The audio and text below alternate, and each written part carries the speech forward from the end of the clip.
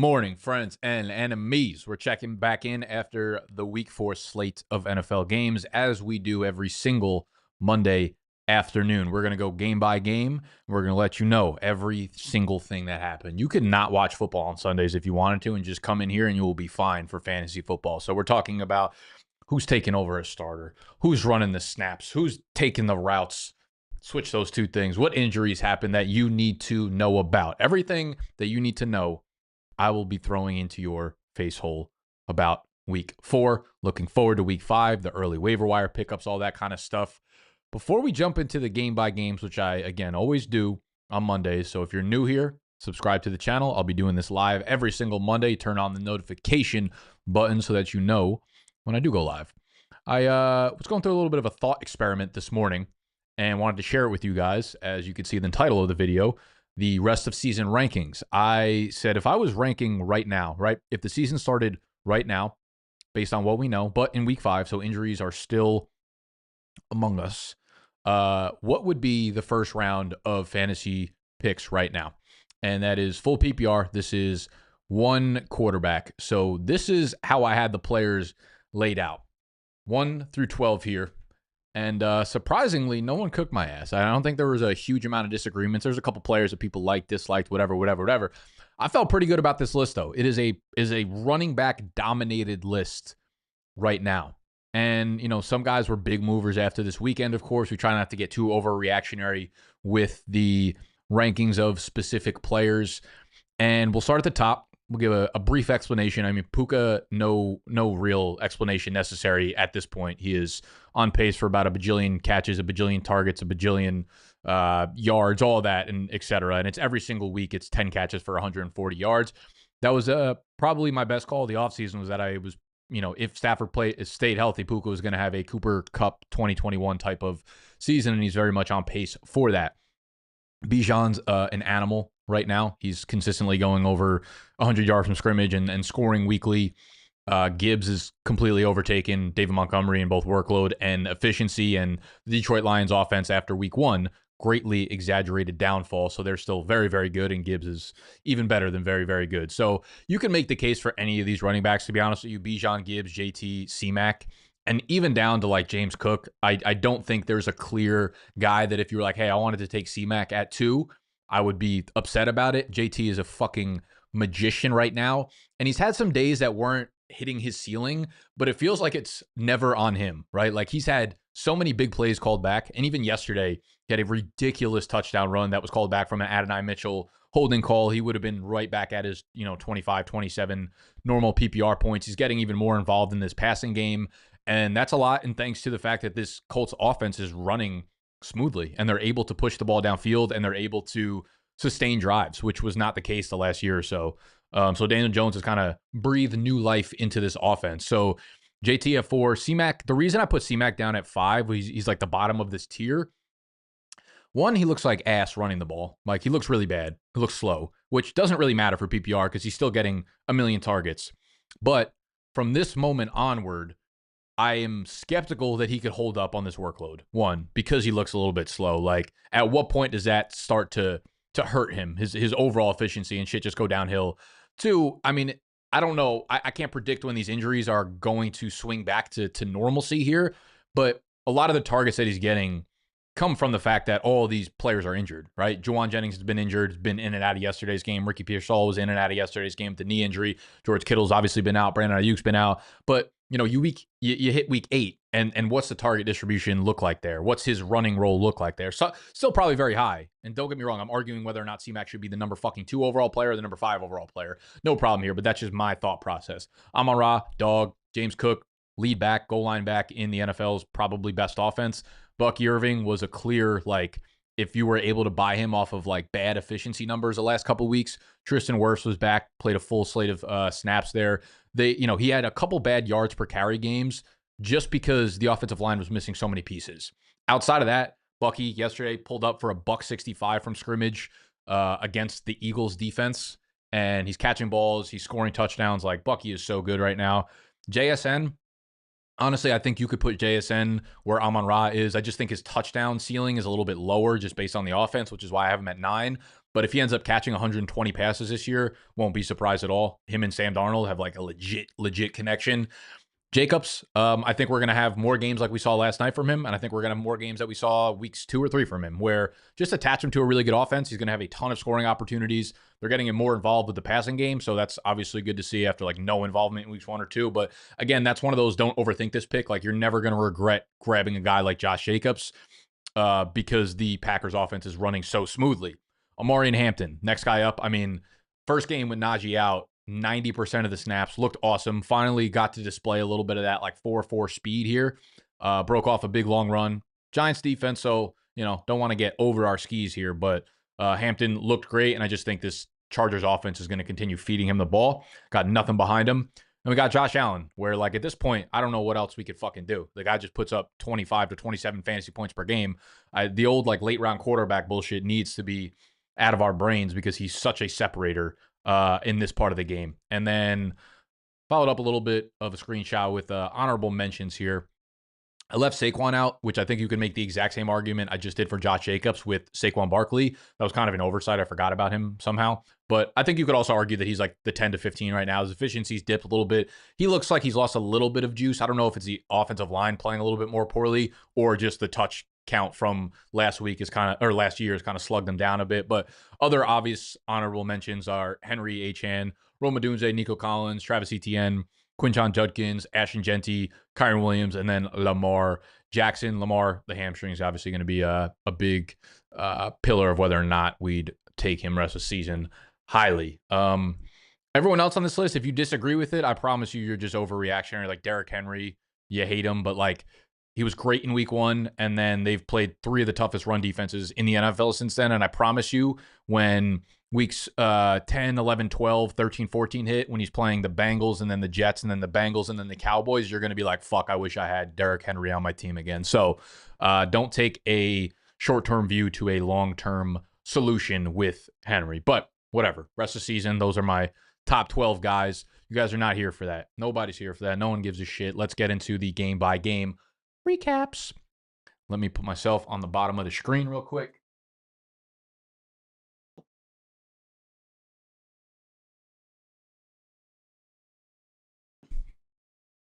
Bing, bang, boom.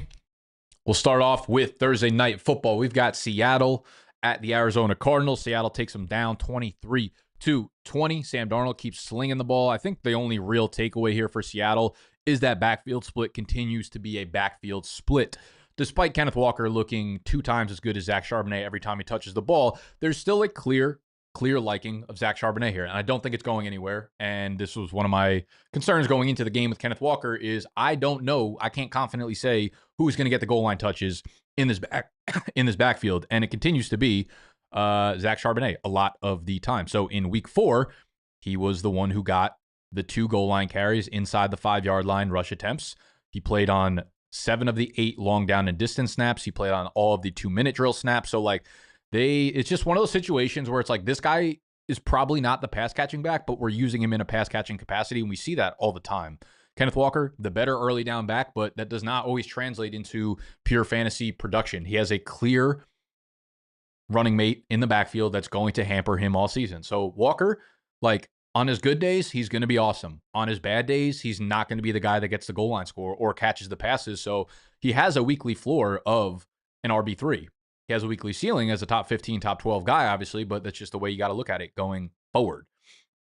On the Arizona side of things, I mean, more up and down roller coaster play from Kyler Murray. That's just literally what he is at this point. I don't know why people would try to make it look any other way. Marvin Harrison, a brutal first half, ended up getting home, had a really nice touchdown catch after multiple drops in the first half, 10 targets. So like you can feel better about it if you want to. I still, again, like people are so reactionary to 1 week sample sizes over and over and over again. Like people are going to be like, yeah, Marv's good. Marv's back. I feel good about him as a wide receiver too. It's like, why? There's nothing changed from last week to this week other than he happened to catch a touchdown this week. So to me, Marv is still a very shaky wide receiver 3 right now that it's hard to trust on a week-to-week basis despite the good game.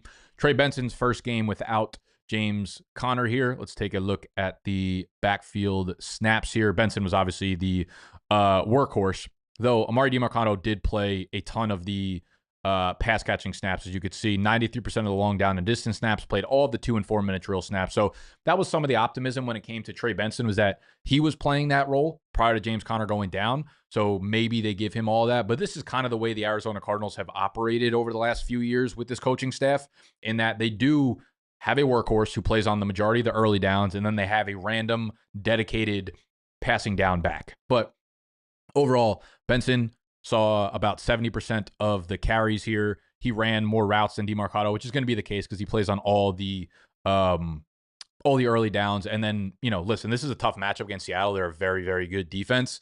In game scripts where Arizona has better matchups, which is going to be coming like next week, they play Tennessee and then Indianapolis. So Tennessee next week, I feel great about playing Trey Benson there. Big workload, great matchup. Like, he'll be the goal line back and probably score a touchdown next week. So Trey Benson, a little bit underwhelming in the first start for him, but I think this is going to be the case when they're playing really, really tough defenses. But he's got a very high floor just based on his volume going forward. So good to see for Trey Benson. I think ultimately too, the eye test, he looked good. Like, again, not a great in between the tackles runner, but if they run successful outside runs, like outside zone runs, and he could hit the outside of the tackle, like, he's very explosive. So big plays are the show coming with Trey Benson. And just to put you guys on real quick, this website right here is Fantasy Life, fantasylife.com. The utilization report is incredible. It is, as you guys can probably see, every single Monday I come and use this utilization report to give you the recaps. They've got all the snap counts, all the routes, all of the most important information that you could have to be a dynamite fantasy football player. So if you want to get a subscription, it's fantasylife.com. Any subscription that you sign up with, if you use code BDGE, you're going to get a 20% off discount. So go cop one right now. You'll have it for a full year, all the way through September of next year. And it's pretty damn cheap with the discount. So check out with code BDGE on fantasylife.com for any subscription. Let's move to the Sunday slate of games. We have our first Dublin game for the NFL. The Steelers take it down 24-21 over the Vikings. Very high volume passing day for Wentz because they were in catch-up mode for most of the second half. So 46 pass attempts, gets to 350, thanks in large part to a really big pass to Jordan Addison. So Jordan Mason had a down game. I'm not overly concerned about that. Aaron Jones probably still has another 2 to 3 weeks at minimum that he needs to miss in this one. Good to see Justin Jefferson have a good game. So Jordan Addison's first game back. We're not really concerned about guys missing time from suspension. Like, they usually get put right into the lineup as soon as they're back on the field. Whereas guys who miss like multiple weeks because of an injury, we're a little bit more skeptical towards their first or second game back in the lineup. But Addison picked up right where he left off last year. 8 targets, 4 catches, 114 yards. And I think the quarterback question mark is still very much in play here. They play in England next week. Minnesota does against Cleveland. So that's going to be a tough matchup to just move the ball against, I think, with Carson Wentz at the quarterback position. So Addison is going to be on the borderline, like wide receiver 3 range for me, but he's right back to being the Addison of old here. On the flip side, we had a random a random scratch of Jaylen Warren, who had been dealing with like soreness throughout the week, but no one really suspected him of missing the game. And then all of a sudden, Sunday morning, an active came out and Jaylen Warren was not playing, which vaulted Kenneth Gainwell into a bell cow role, pretty much. 20 carries, 99 yards, 2 touchdowns, 6 catches, 35 yards through the air. DK had a massive game thanks to an 80-yard touchdown catch and run. We even saw Caleb Johnson get a little bit of run here, 6 for 22 on the ground. I don't think Jaylen Warren's injury is anything serious, so I think people are going to get like really excited about Kenneth Gainwell, which like literally happens 3 times a year on the waiver wire for Kenneth Gainwell. He's not a guy that I'm going to overly spend on. I think leading up to this game, Jaylen Warren became, the guy in this backfield. He became the bell cow here, and then he was out, and then Kenneth Gainwell just kind of transformed into that role because they don't have any trust in Caleb Johnson here. So if Warren misses more time, sure, Kenneth Gainwell should absolutely be owned in all formats, but in games where Jaylen Warren plays, Gainwell's floor is so fucking low that you can never really play him. So I would let someone else spend their fab dollars on Kenneth Gainwell for the time being. Should be owned, but Like, don't go crazy over it because we know his floor. We've seen him for the last 4 years. We know who Kenneth Gainwell is. This was the best game of his career by far, not even fucking close. But as soon as Jalen Warren's back, I think it's Jalen Warren's backfield. Gainwell probably earned a little bit more trust from the coaching staff in Pittsburgh, maybe a little bit more volume. But again, he's just not, I don't know. He's just not my type of player in fantasy. Falcons, Washington, how you doing? How you doing? Division fucking up for grabs. Easiest bounce back game call of all time for Michael Penix. And this receiving room, Bijan's still the GOAT. Drake London, huge bounce back. Biggest news here is the hamstring pull for Darnell Mooney. And basically what that means is Drake London's going to get 1,000 targets. In games where Darnell Mooney does not play, Drake London sees an obscene target rate. So Drake London owners, fucking strap up because you're about to get hit with a steroid injection. On the flip side, we have Marcus Mariota getting another start. I believe Jane Daniels should be back next week. So for those of y'all that have him, feel pretty good about it. The backfield is still completely a split back here. Rodriguez and Jacory both got 7 carries. Jeremy McNichols only 2 carries, but Jeremy McNichols was the pass catching back again in this one. When we look at the actual snaps, it is so close in this one. 34% and 34% for JCM and McNichols, 40% for Chris Rodriguez. The rushing attempt numbers, as you could see, again, 772. The routes were in favor of McNichols. It's just like they're just flipping back and forth between drives.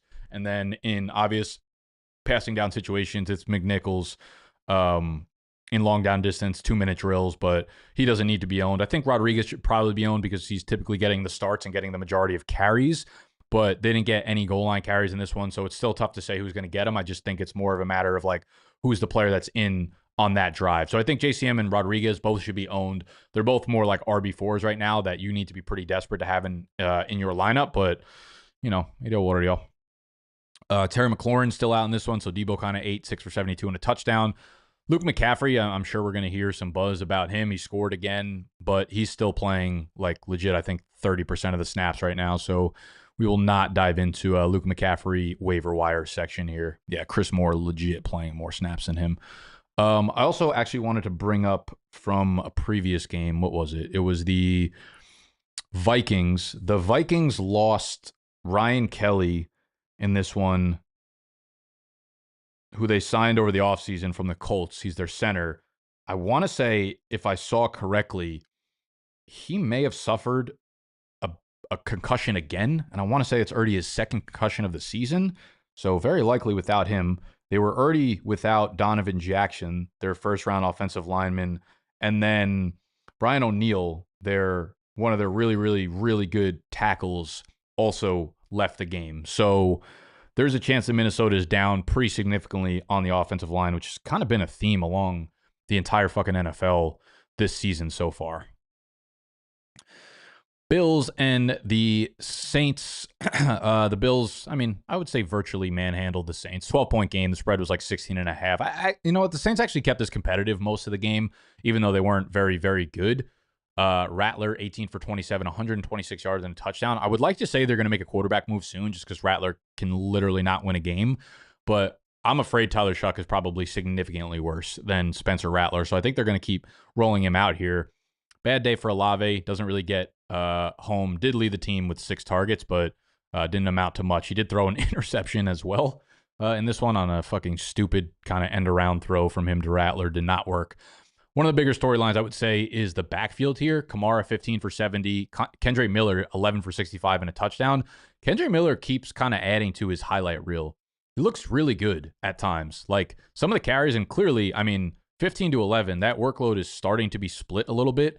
Alvin Kamara, 5 targets in this one, though. Kendre Miller didn't get any of the targets. It's still very much Kamara's backfield, but I think you're starting to see a little bit of a 1-2 punch develop, and Kendre Miller should probably be owned in most leagues. The snap count, 73% to 33% in this one. Kamara still dominating in routes run, of course. Short down and distance is starting to go towards Kendre Miller. So when we do get on the goal line and inside the 10-yard line, not that we project Kamara to have a ton of rushing touchdowns based on just the offensive success here and how bad the Saints are as a team, but it does seem like that's going to wipe out a little bit of his ceiling if he's not getting any of the goal line carries here in favor of Mr. Kendre Miller. On the flip side, more of the same from Josh Allen, more of the same from James Cook, and more of the same from Khalil Shakir. Another 5 for 70 game. He does get the touchdown here. Keon Coleman kind of continues to disappoint, as does everybody else in this pass-catching group. Like Josh Allen only needs to throw the ball 22 times, and that's going to be the name of the game with a lot of these game scripts. When you go into the game as a 16.5-point favorite, the quarterback's not going to need to throw the ball very many times. Shakir obviously seems to be the safest, highest floor receiver. Dalton Kincaid does get home again, but only 2 targets, 1 catch, 28 yards. They're splitting snaps between Dawson Knox and Jackson Hawes, this other random tight end right now. So Kincaid, he's performing very well. He seems to continue to get home basically every single Sunday, but I don't know how often we can rely on him. Like, he's a donut if he doesn't catch that 1 touchdown pass from Allen here. What else we got? We got the Detroit Lions. We've got the Cleveland Browns. The Lions, 34-10, getting hot right now. For the Browns, Flacco, another terrible day, 184 passing yards, 2 interceptions. I really think it's only a matter of time before they sit him in favor of Dylan Gabriel. Maybe they give him another couple weeks, but they just can't really run a functional offense with him, unfortunately, even with how strong their defense is. Quinshon Judkins continues to just absolutely dominate touches in this backfield. Look incredible. Went over 100 from scrimmage. Another touchdown in this one. I mean, he's as good of an RB2 in fantasy as you're going to find right now. And I think if you redid rankings, just overall running back rankings, I think it would be hard not to rank him as a top 15 guy, if not, a borderline top 12 fantasy running back for the time being. And this was, one of the points I made in the pre-running back preview show was like, Judkins is going to continue to have high floor and high ceiling games because of how many pass attempts Flacco has. Right now, he's up to second in the league in pass attempts behind only Dak Prescott, which is going to lead to a lot of dump-offs, obviously, to a dude like whoever's, playing on the most snaps, which Judkins is dominating snaps right now in the running back room, and that's just going to lead to checkdown. So 4 for 33, if you're in a PPR league, is a massive spike to a player that you have in your starting lineup. Other big takeaway from this game is Cedric Tillman pulled his hamstring and is likely to miss multiple weeks. Again, that matters because Flacco's throwing so many passes, and I think the biggest name to keep an eye on right now would be Isaiah Bond. Now, Isaiah Bond, and I actually tweeted this out. Let me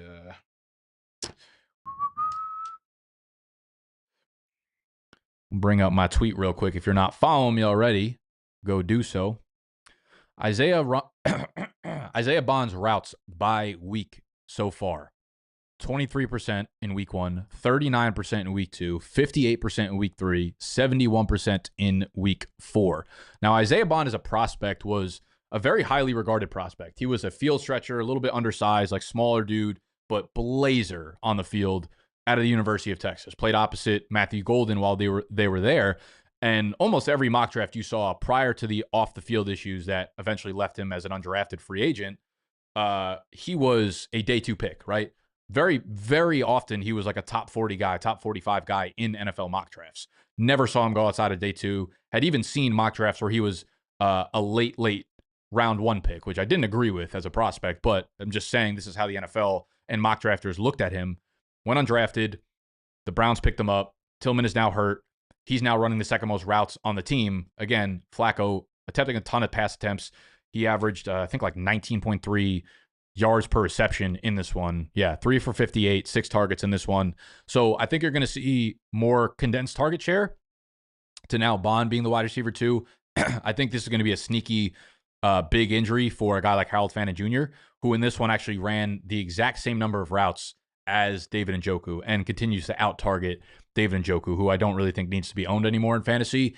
And Harold Fannin Jr., if he is available in your leagues on the waiver wire and you're desperate at tight end, I think he is someone worth picking back up because he's running a ton of routes with Tillman out.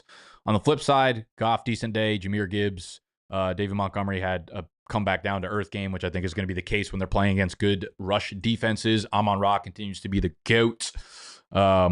Yeah, that's it. I mean, I don't know what to tell you with defense, with Detroit. Patriots and Panthers. Yeah, there's the Panthers we all know and love. Patriots destroyed them 42-21. to 13. Bryce Young, another disappointing day here. I will say sometimes it's just hard to get a read on teams. Like one of the biggest lessons or one of the biggest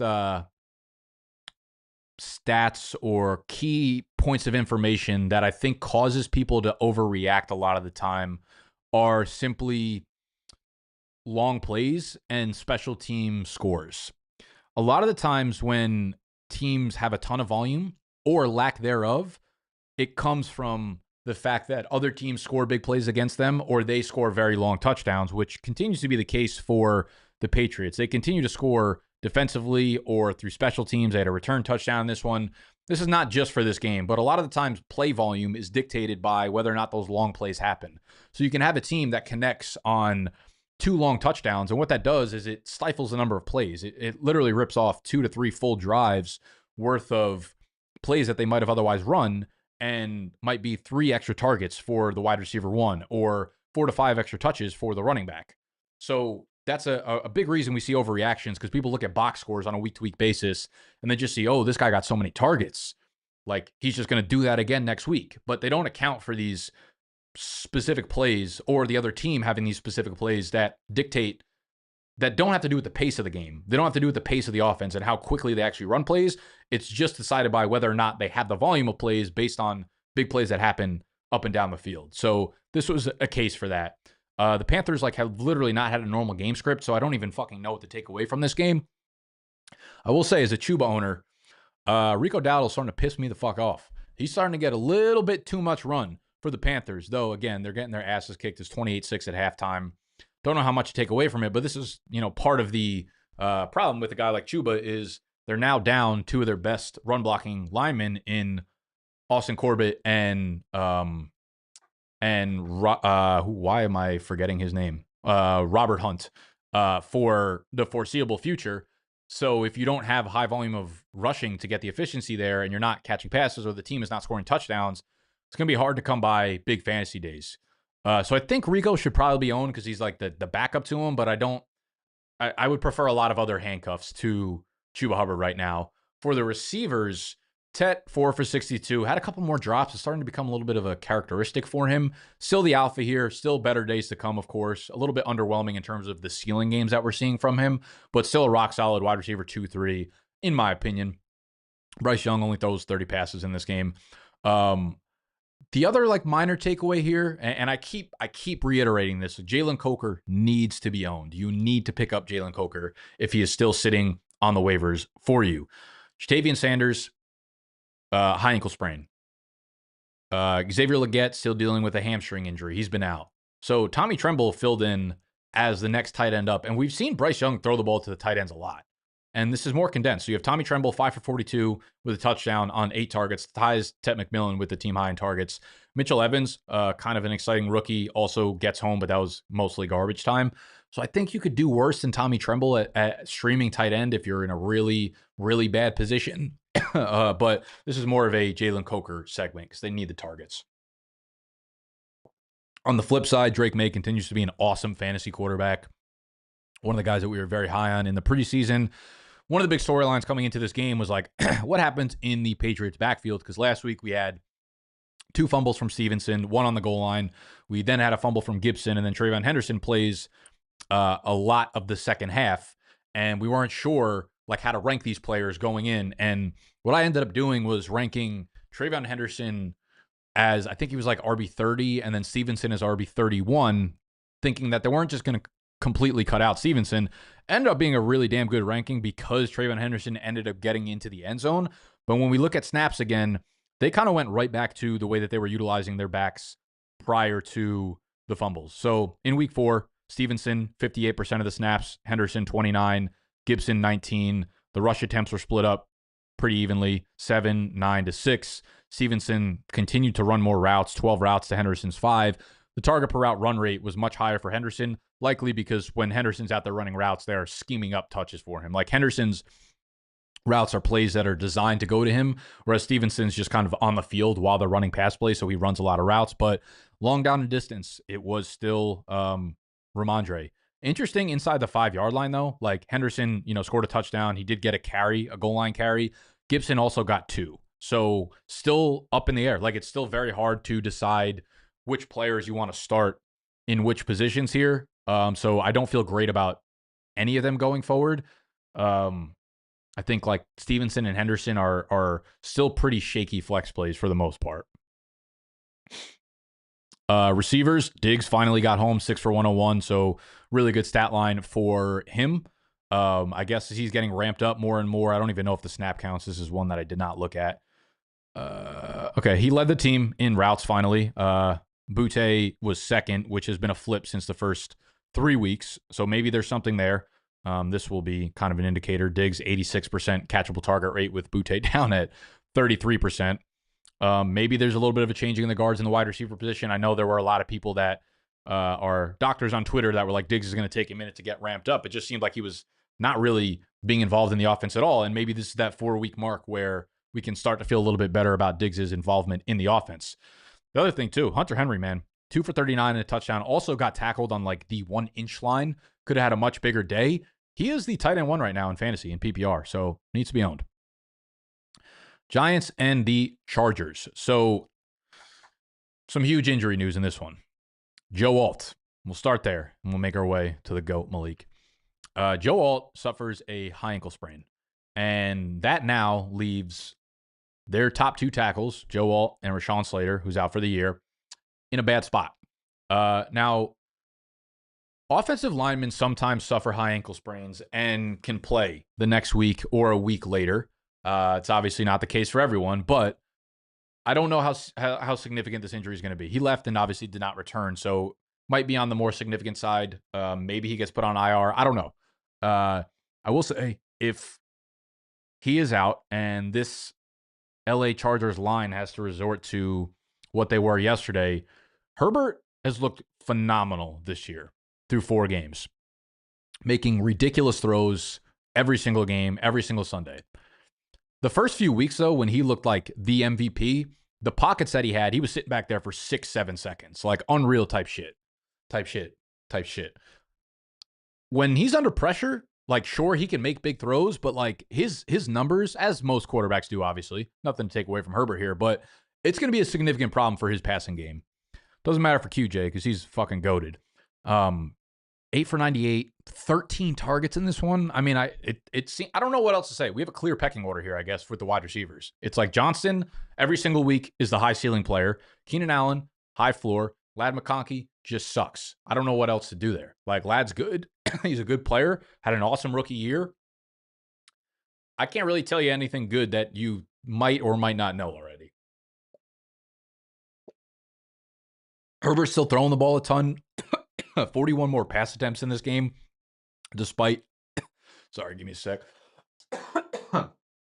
Despite Hampton averaging fucking 10 yards a carry, 11 yards per carry, they want to beat the team. They want to beat teams by throwing the ball. Now, if Joe Alt's out and they have to get the ball out quicker, maybe that does change the philosophy a little bit, and we do continue to see Omari and Hampton be a massive part of this passing game. Very much could be the case. 5 targets, 5 catches, 37 yards, and then looked awesome on the ground. 12 for 128 and a touchdown. So his massive breakout game. If you've been holding Hampton, it looks like the Najee Harris injury is going to vault him up into an RB1 for the remainder of the season because his volume, his efficiency, he played on over 90% of the snaps in this one. That is like bell cow. Very few running backs get that type of workload in the big 2025. So, yeah, I mean, Hampton's a beast. Quentin Johnson, I think he just, I don't know how we can say anything else, but he's a must start going forward.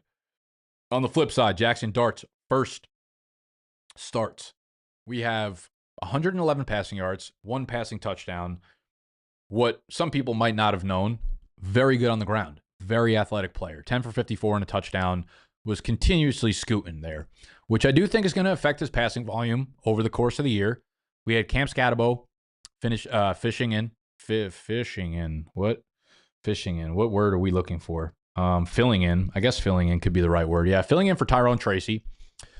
Tracy's out for the foreseeable future as well with the dislocated shoulder. Cam Scatabo, 25 carries and 2 targets. An insane workload that they're going to keep giving him as long as Tyrone Tracy is out. Dart, I don't think they're ever going to have him be a high volume passer in game scripts that work against them. He'll obviously need to throw the ball more than 20 times, but he only completed 13 passes in this one, which makes the target volume distribution a little bit difficult. Malik Nabers tears his ACL. He is out for the year. This will undoubtedly, shove the volume floor up of guys like Darius Slayton, Wan'Dale Robinson, and then I think Theo Johnson is kind of interesting here. He's got a really low floor. Like his catch totals the first few weeks, I don't think he's gone over 34 receiving yards in a game yet. He did score a touchdown in this one, but 3 for 17, not great. Slayton is really interesting, obviously, because we had last year a couple game sample size where Malik Nabers was out, where Slayton went crazy. He was averaging almost 19 PPR fantasy points per game, 11 targets in those. His reception numbers were super fucking high. So I think with Nabers out, I think Slayton and Wan'Dale are weekly wide receiver threes. I think Slayton has like weekly top 15 upside because of his splash play ability and just how well we saw him play last year. Obviously, that was with Daniel Jones, not Jackson Dart. So different quarterback, different chemistry. But I just think safely the volume floor of all these guys is going to be moving up significantly. Like if you look at the box score, there wasn't another wide receiver in this room that even saw another target. It was only Slayton. It was only Wan'Dale Robinson. And they weren't very high target numbers. But again, this goes back to the way that this team was structured. They ran the ball 42 times compared to 21 pass attempts. So in games where they're not beating the Los Angeles Chargers, in games where they're losing by a touchdown or two, you flip the script there and it's 37 pass attempts compared to 22 rush attempts. You're going to be looking at Darius Slayton seeing 7 to 9 targets, Wan'Dale Robinson seeing 7 to 9 targets, and all of a sudden you're looking at bye-week fill-ins, you're looking at wide receiver threes, you're looking at PPR flex plays. So Slayton and Wan'Dale are definitely very, very interesting on the waiver wire this week, of course. Moving forward, we got the Eagles and the Bucs. The Eagles win because that's what they do. 31-25. Jalen Hurts started off red hot in this one. I think it was 15 for 16 in the first half. And if I saw the stat correctly, he went 0 for 8 in the second half. He did not complete another pass. AJ Brown's out here posting cryptic messages on Instagram, despite them being 4-0 right now. This was another big, part of the wide receiver preview I had. Like AJ Brown, I felt like there was going to be an overreaction based on last week being like, oh, AJ Brown's fully back. And I was like, I still don't feel that way. I still feel like this team only explicitly wants to win through the ground game. And another one where the game script just went that way, right? They had the blocked kick touchdown right out the gate, scored a touchdown on their next drive. So they're up 2 touchdowns immediately. It's like, of course, we're going to lean on the run game here. Saquon hasn't been as efficient this year, of course. He's looked a little bit stuck in the mud, but it's whatever. It's Saquon. I'm not too pressed about it. But yeah, like I will continue to be quite nervous about the Philadelphia Eagles pass catchers. Like I just don't think you can really rely on them on a week-to-week basis. Any given week, of course, they're great players. They can splash in for a huge play or a huge touchdown or something like that. But I think 1 week sample sizes will bring you back down to reality quickly. On the flip side, Baker Mayfield. Oh, we also, the Eagles lost Lane Johnson again. It's the second week in a row he's left with like a neck stinger injury. Didn't miss time, obviously, because he played this week. But if this was a re-injury and he has to miss time, like that could be a big problem for the Philadelphia Eagles offensive line. We've seen them perform really poorly without Lane Johnson, so that's huge injury to keep an eye on. On the flip side, the Tampa Bay Buccaneers got back Tristan Wirfs, and he played the full allotment of snaps in this one. Not the only player that got back. Obviously, Chris Godwin in this one. 10 targets. Didn't do great with them. 10 targets, 3 catches, 26 yards. Baker Mayfield did attempt 40 passes, for the fact that they were trailing most of the game. So another game script where I don't expect that to be the case too often. Bucky Irving, man, so good. People worried about his yards per carry efficiency numbers are fucking insane. He's been doing this with basically 60% of his offensive line out so far, and now they're slowly getting those guys back in, and he's going to be continuing to be just like a league winner right now. 165 from scrimmage, 20 touches, a touchdown again. Rashad White back to being just a secondary piece in this backfield. Very high upside handcuff. Bucky did go down for a second with like an ankle tweak, but was right back in the game afterwards. But if he does go down, Rashad White's going to have like immediate top 15 plug and play ability. With Mike Evans out, Ibuka gets 10 targets, 4 catches, 101, and a touchdown. I will say, for the most part, he was shut down most of the game by Quinyon Mitchell. He had that 77-yard touchdown, which I'm sure most of you guys saw the highlights of on Red Zone. It was like Baker it was the most Baker play of all time. Just heaved it up into, it's like a fuck it, Emeka's down there somewhere type throw.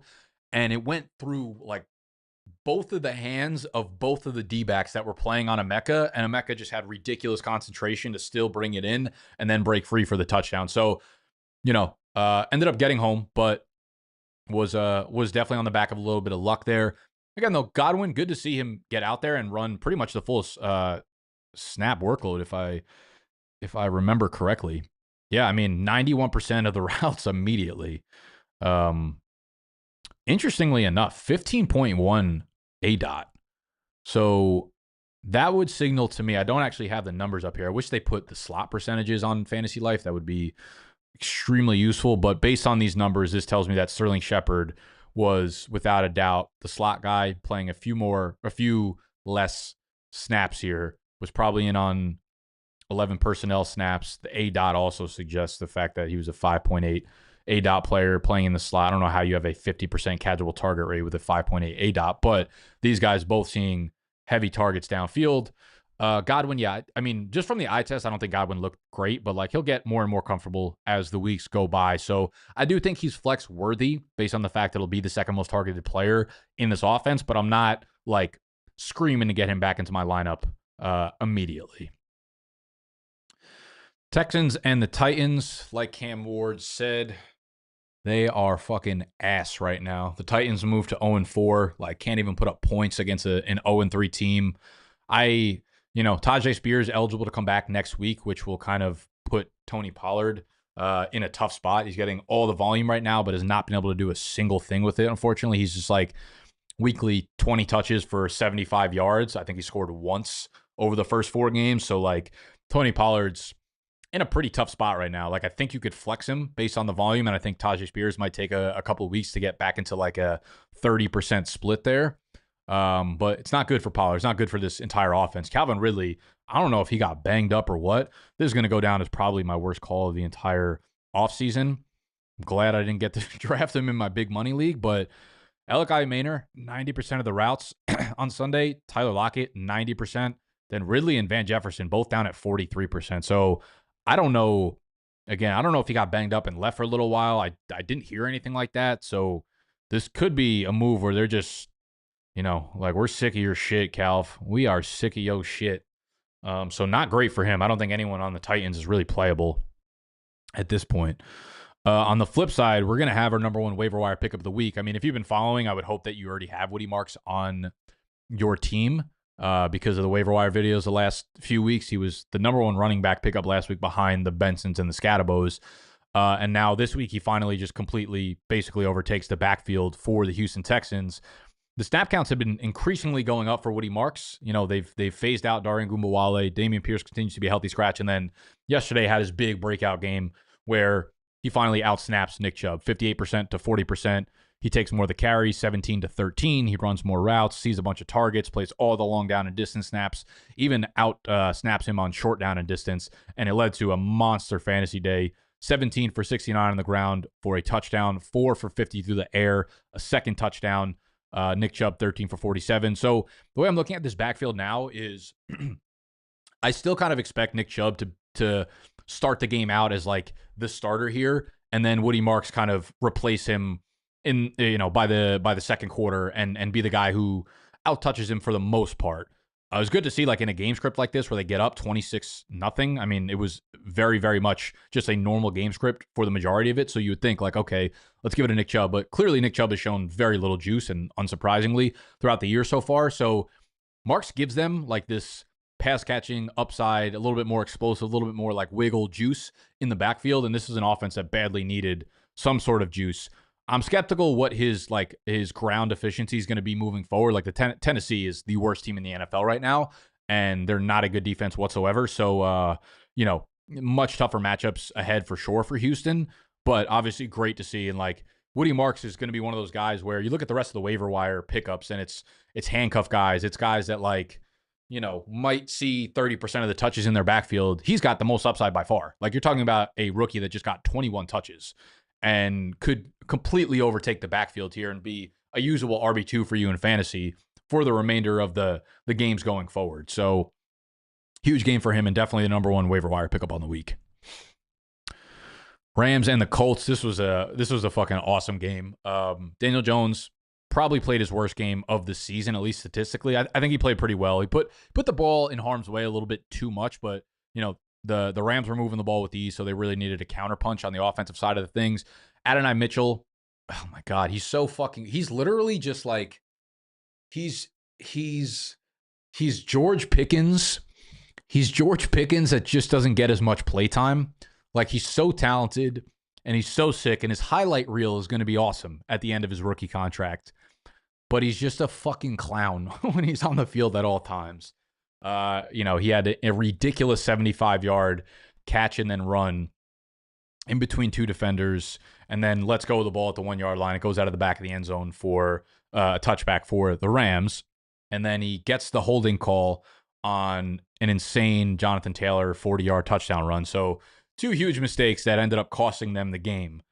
But Alec Pierce is going to be back probably, most likely, from concussion protocol next week, which will probably put Adonai Mitchell back on the bench. Can't start Josh Downs right now. Michael Pittman continues to be a really, really good, strong start. Same thing with Tyler Warren. We finally saw Tyler Warren used on the goal line in a rushing capacity like we did at Penn State often, and he got in for a goal line score, which is just another dude vulturing Jonathan Taylor. Really fucking frustrating if you're a Taylor owner, obviously, but he's just so good that he's going to continue to get home for you. On the flip side, Stafford, massive day, 375, 3 touchdowns, mainly on the back of that 90-yard touchdown throw to Tutu Atwell on broken coverage late in the fourth quarter. Puka continues to be the absolute fucking GOAT, 13 for 170, another touchdown on 15 more targets. Leaves the game again with a banged-up thumb, comes back in. It's every week. This dude is just a fucking warrior. Devontae Adams, 4 for 56 and a touchdown, gets home. Kyron Williams, 13 for 77 and no scores there, but 3 more catches, 17 yards. More often than not, he's going to score a rushing touchdown, so he just continues to see a very, very big workload. Nothing else really to take away from this game, I don't think. Were there any big injuries? Not that I can remember. Jaguars and the 49ers. So we have Travis Etienne, another huge game, 19 for 124 on the ground and a touchdown, and just bursts off a 50-yard touchdown run. Looked really, really good. In the receiver room, we had De'Ami Brown as a scratch in this one because of the shoulder injury. 7 targets for Brian Thomas, still doesn't get home, 5 for 49. I will say as just a viewer of the game, Brian Thomas Jr. seemed to be a little bit more reliable, dependable, like getting targets on out routes and like securely bringing them in. It's like we're fucking diapering him at this point, but you could have seen worse games out of him. He's certainly had his share of those this year. Brenton Strange kind of peppered over the middle as well. Travis Hunter not playing a full allotment, I should say, of offensive snaps at this point. We can check out the routes run for the Jaguars wide receiver group. For those of you all that are joining us after the fact, again, this is the fantasylife.com website. Incredible website, incredible resources here. If you sign up for any of their memberships on their site, fantasylife.com, and use code BDGE, you're going to get 20% off the subscription. Unbelievable stuff. Unbelievable. So Travis Hunter, ran the third most routes behind BTJ and Parker Washington in this one. So he made some good plays, but again, he's just not a viable fantasy starter right now until we see something else change. On the other side, we had Brock Purdy make his return from the toe injury. Apparently, he woke up with some toe soreness after yesterday's game, which is not surprising. He did not look good. He ended up, getting 310 passing yards, 2 passing touchdowns, but was not very mobile and clearly was affecting a lot of his throws. So they have a short week. They play the Rams on Thursday Night Football, and they've got a lot of players banged up. Obviously, George Kittle's still on the IR. We had Ricky Pearsall leave the game with a knee injury that for the most part sidelined him for the entire second half. So they got 3 days to get healthy. Juwan Jennings came into the game, did not practice at all last week, or I guess limited on Friday. Shoulder, ankle, and then took an absolute fucking wallop to the ribs on a 2-point conversion. Left the game, ended up returning to the game, but he's got to be unbelievably sore right now.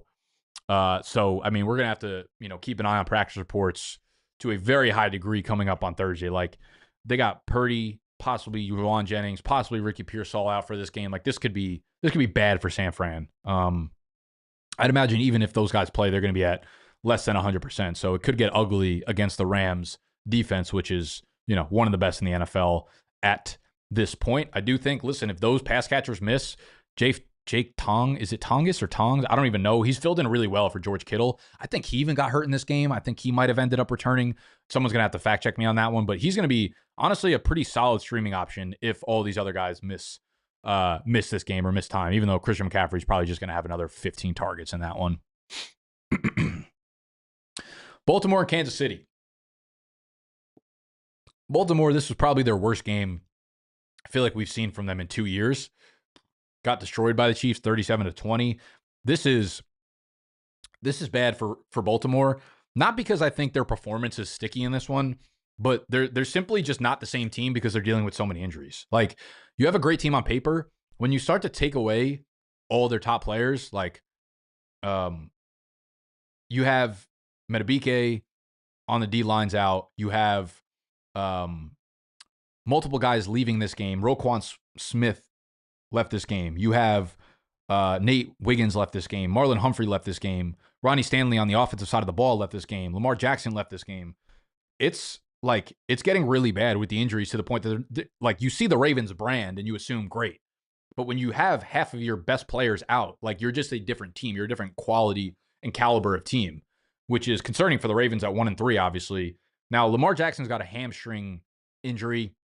A lot of narrative going around at this point about whether or not it's anything serious because the game was out of hand and it didn't seem overly serious on the sideline. And they just kind of said, you know what, we're getting our ass beat. Let's not push it right now for Lamar. So we're going to have to wait on news from, I guess, either an MRI or the Ravens to come out and say something about Lamar Jackson. I will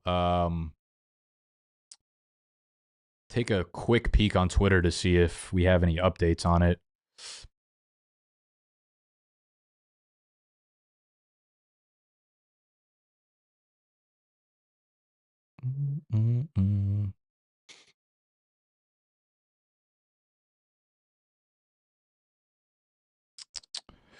Hamstring tightness, undergoing further evaluation, week 5 status uncertain.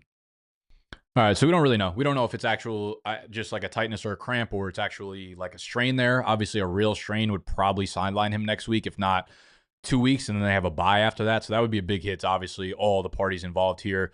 Derrick Henry, again, I know people are like freaking out about Derrick Henry, and it makes sense, but listen, again, this is bad game script, and they've played 3 of the toughest rush defenses over the first 4 weeks. So things will get better for Derrick Henry. They have a much lighter schedule over the second half of the year than they do over the first half of the year. So do not sell Derrick Henry based on these poor games. On the flip side, Mahomes looked awesome in this one. It's the best he's looked in a while, threw for 4 touchdowns. Xavier Worthy's first game back here, 5 for 83 through the air, 8 targets, team lead, 2 for 38 on the ground. So good to see explosion. He looked like he was, pretty healthy, good to go. Behind him, Travis Kelce, 5 for 48. The one other takeaway I will have from this game, like, the Chiefs are going to look great when Rashee Rice is back. The running back room, Kareem Hunt, 13 for 34. Pacheco, 7 for 35. Pacheco scores his first touchdown of the season. Brashard Smith got more involved this game than he had been in any of the first 3 games. It wasn't a crazy high snap count. Like, it wasn't like he was running, he was playing on 50% of the snaps, but it was a season high for him. So we did see him play on 18 snaps. Pacheco's still above him at 26, Kareem Hunt at 31, but he did see a very high target rate, right? 40% target per out run rate. He did run 10 routes, was playing on most long down and distance snaps. He's not someone I'm like going to project into a workhorse role. I think best case scenario is probably him being Jerick McKinnon from a couple of years ago, who's a damn good fantasy asset for the Chiefs. He's an exciting prospect out of SMU. He was a late day 3 pick, but he brings explosion that I don't think this backfield has. He was also like a like a wide receiver converted to running back, so a very strong pass catching running back as well. And I think they're dialing up plays for him in the passing game. He does seem a little bit like scatterbrained right now as a rookie with a lot on his plate. So again, he's got to earn more trust, but I do think Brashard Smith is a pretty good stash if you have the room in a 12-team league, but definitely should be owned in 14-team leagues or higher, sorry. Bears and the Raiders. Bears get it done 25-24. Great ending where they block the kick. Normally they're on the other side of that, which, could signal some things here. Caleb, 212 and a touchdown, 13 yards on the ground as well. So, all right, fantasy day. Rome Odunze continues to get home, 4 for 69 and another touchdown. I believe he's the wide receiver 3 in fantasy right now. Another one of our guys that we were very hyped on coming into the year. Olamide, DJ Moore, Luther Burden are still guys that are extremely shaky flex plays if you need to have them in your lineup. Cole Kmet, another big storyline here, 3 for 46, but did have a team high 9 targets. Colston Loveland dealing with a hip injury. Now, I would say Cole Kmet would be a really solid pickup and streaming option for next week, but they're on a bye. So 2 weeks from now, very likely Loveland is back, and then it becomes more of a messy committee tight end situation where you can't trust Cole Kmet realistically. But if it turns out to be a more serious injury to Colston Loveland and he misses more time, I do think Cole Kmet becomes a really, really viable streaming option here. On the flip side, Geno plays horrendously, but listen, this is just the roller coaster of Geno Smith. This is what you're going to get some games where he throws 3 picks, and then the next week he'll be back to 350 and 3 touchdowns. So just is what it is at this point with the Raiders passing offense.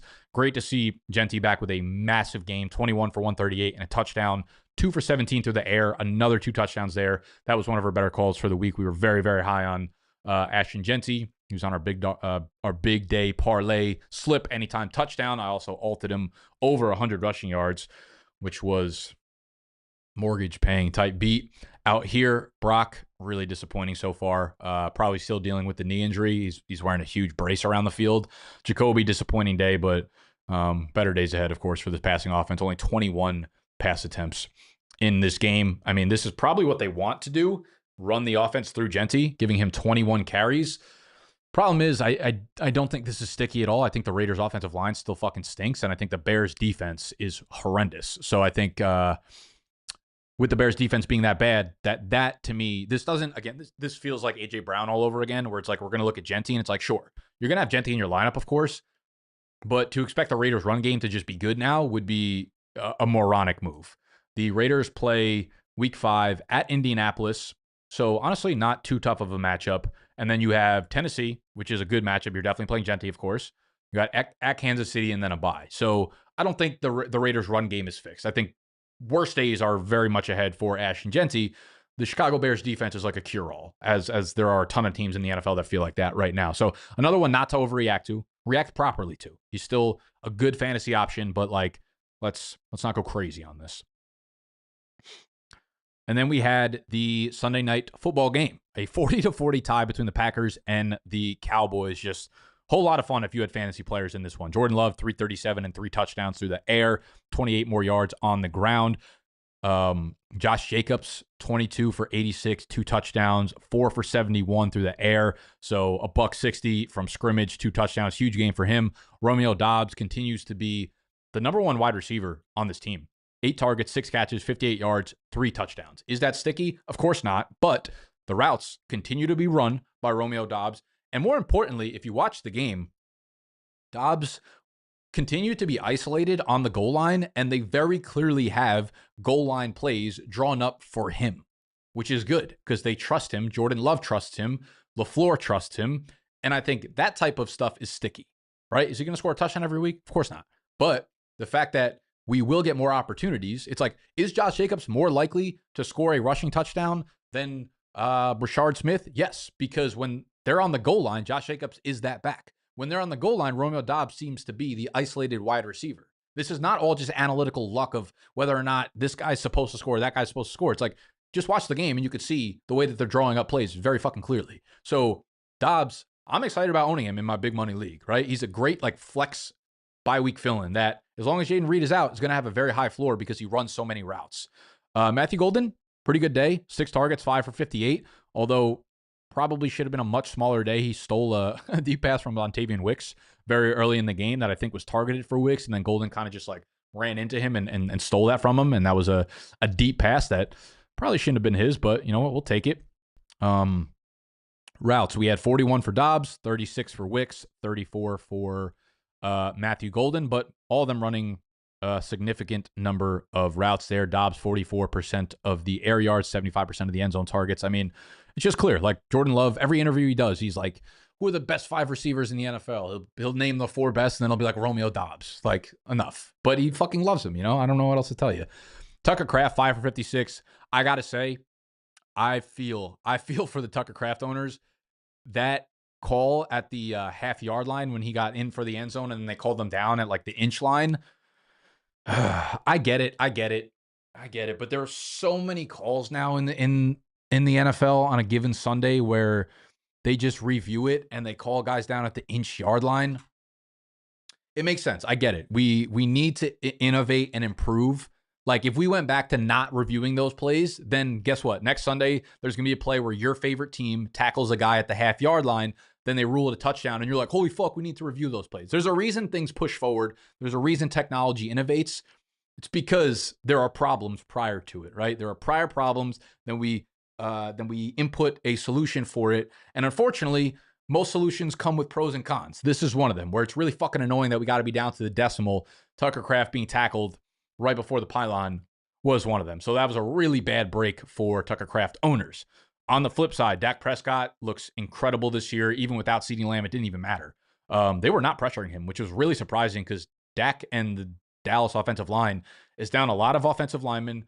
I think Tyler Guyton got hurt in this game as well. Prescott, 319 and 3 touchdowns through the air. He also ran one in with his legs. Javonte, 20 for 85 and a touchdown, catches 3 more passes. So he continues to be an absolute fucking bell cow and will continue to do so because Miles Sanders, I believe, rolled up his ankle and he could miss some time. Shout out fucking Hunter Lukey. 22 and a half of those would have got me about, 11.7 points last week in Deal or No Deal. How you doing?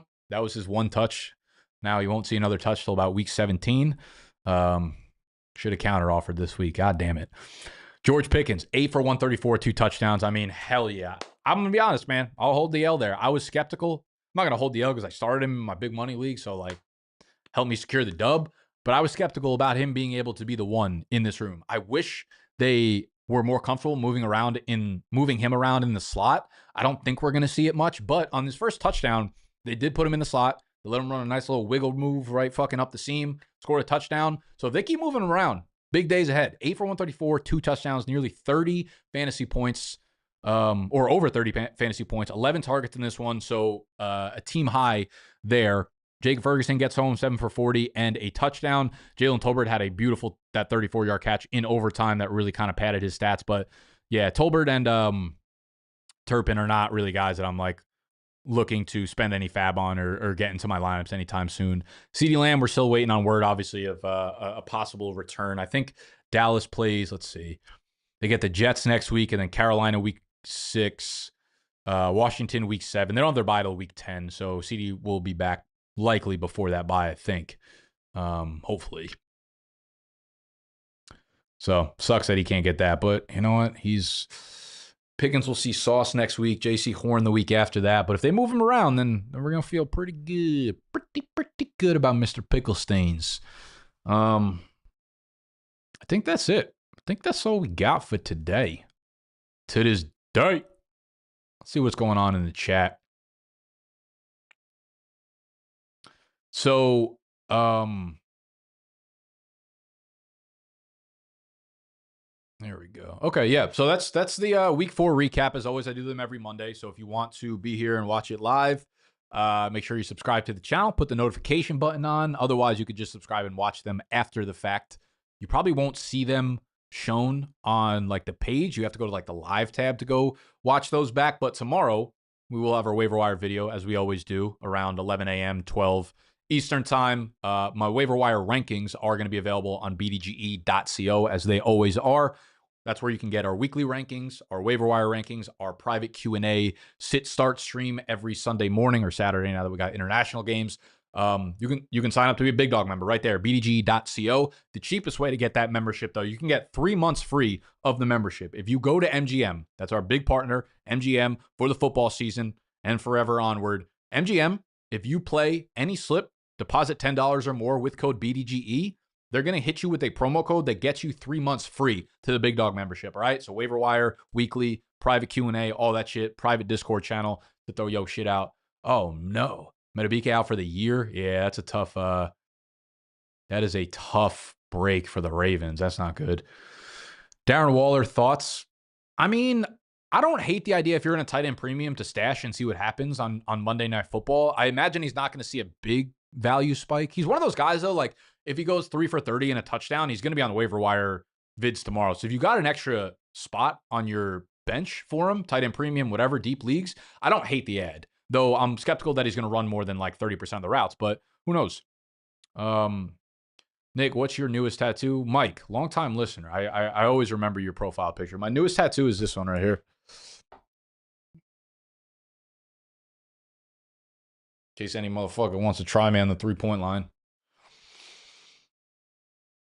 Do you do basketball fantasy too? I do not play fantasy basketball, no. Did I miss the rest of the season rankings? It was the first thing I did at the start of the live stream. I basically went through my top 12 players for the rest of the season rankings, as well as guys that were like honorable mentions. So I didn't go through everybody, obviously, but you can go back and hit that shit. Matt LaFleur got to go. That's insane. That's the most spoiled fucking take I've ever heard. Stevenson a drop now? Nah. Dude, Yankees-Red Sox starts tomorrow. I didn't even know the two were playing in the playoffs. This is the least hyped about Yankees-Red Sox rivalry series I've ever seen.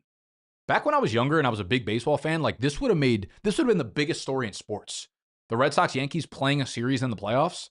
I'm not a baseball fan, so I don't follow it, admittedly, but I feel like there needs to be more hype around that. Like, come on. Come on now. I'm a new Steen. Hell yeah. Our fantasy drafts every Friday. So the Steen streams are every Friday. We don't always do fantasy drafts for them, though. We usually swap games. We've done a lot of fantasy drafts because you guys really like them. But yeah, they're every Friday. I believe they're now at 2 p.m. Eastern time. So that link will be dropped in the Discord for the trivia. Tyler Fiskus. Oh, you motherfucker. You was in Deal or No Deal last week. You cooked me. Now, you think I forgot? You know, there's 2,000 people in here, but I know you. I know you, motherfucker. They didn't know till yesterday. Okay. Fair. Thoughts about Bad Bunny? Okay. You know, this is a good topic here. So Bad Bunny gets announced to be the halftime show for the Super Bowl.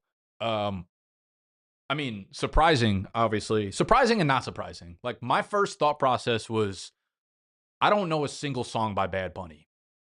That's not a negative take on Bad Bunny. I don't know his music. So I tweeted out, is it crazy that I don't know a single song from Bad Bunny? I just kind of figured like, stop. Don't call me right now. It's a tax man. Like, you didn't pay your taxes this year. I was like, hold up, let me get some super chats in here. I need you guys to pay my taxes real quick. Thoughts about Bad Bunny? Yeah, so my thought was like, okay, I know he's one of, if not the most popular artist in the world right now. So I get it. I get what the NFL is doing. They've been on this like Taylor Swift bit the whole year. Like, we got this whole new demographic, international. You know, they're putting more and more effort into these international games to get a broader fan base. So I understand it from a business standpoint. I just assumed with how popular he was that he's one of those guys, you know, like there's some artists where you don't like intentionally listen to their music, but then when like people who are fans of them are like, oh, you would know these like 6 songs, and then you hear them and you're like, oh, I just didn't realize this was Bad Bunny. That's kind of what I figured it was going to be, but I don't think that's the case. So it's weird because I don't think most football fans know everyone knows who Bad Bunny is. He's obviously very popular, but I don't think most football fans know any of his music, which is weird. It's really weird. Like, I'm a huge Kendrick fan. I didn't think it was a good halftime show. I thought it was like actually terrible. Like, the audio, love his music, like one of my favorite artists. I thought the show itself was like very poorly put together. But I enjoyed it because I like Kendrick's music. Bad Bunny, I don't know. Like, if you're just going to play a bunch of music that most football fans don't know or know the words of, unless there are songs that are popular, it feels weird. I get it with their push towards international stuff. The fucking Latina female ratings, though, going to go through the roof. I've dated a bunch of, sorry, I shouldn't say a bunch, but I've dated a few Spanish, Latin girls over the last couple years. The way those girls would have killed me before Bad Bunny, like if they had to make a choice. And I knew them personally, you know? Like, people do not play about Bad Bunny. So I don't know. I don't know how to feel about it. Like, it's weird. It's fucking weird. Maybe I got to listen to his music beforehand.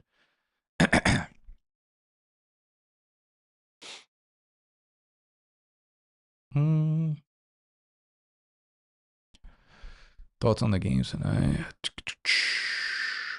Bad Bunny's a fucking sellout. Said he wasn't going to do it until they threw a bag at him. I mean, maybe. I do you understand how big of a bag? One, like, the amount of money he's getting paid, like, no one's turning that down. Two, he's an international superstar where, like, people know him in America. This is the biggest concert in America every single year. Like, you don't turn that down. This is the biggest concert that you could be asked to headline in America every single year. They got to get Justin Bieber in there, man. They really do. Harbaugh said Lamar wouldn't have returned even if the game was close. Yeah, we'll see. To be fair, I didn't know a Prince song. Fair. MIA by Bad Bunny. You've all heard it. Maybe.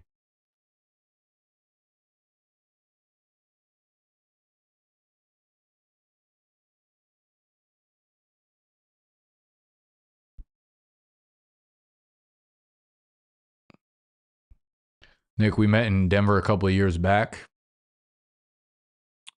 Was that at a brewery? I think I was with my sister and her boyfriend, probably. I do remember. Does the NFL even pay halftime performers? That's actually super fucking fair. I have no idea. I just made that up. Maybe not. I mean, the amount of like press that you get as a personality or an artist is, you know, worth more than any bag you possibly get. I actually want to look that up. Hold on.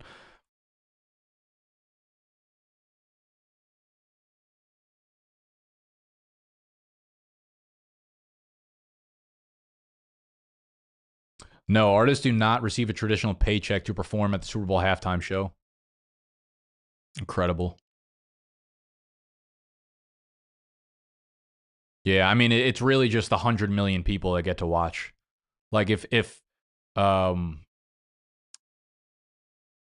someone asked me, like, if like ESPN was like, Nick, do like a 2-hour stream, we're not going to pay you, but there's going to be 5 million eyeballs on it, I actually might say no. Now I'm thinking about it. Like, I really don't fuck with that, but I'd think about it, you know? Like, the exposure is worth everything.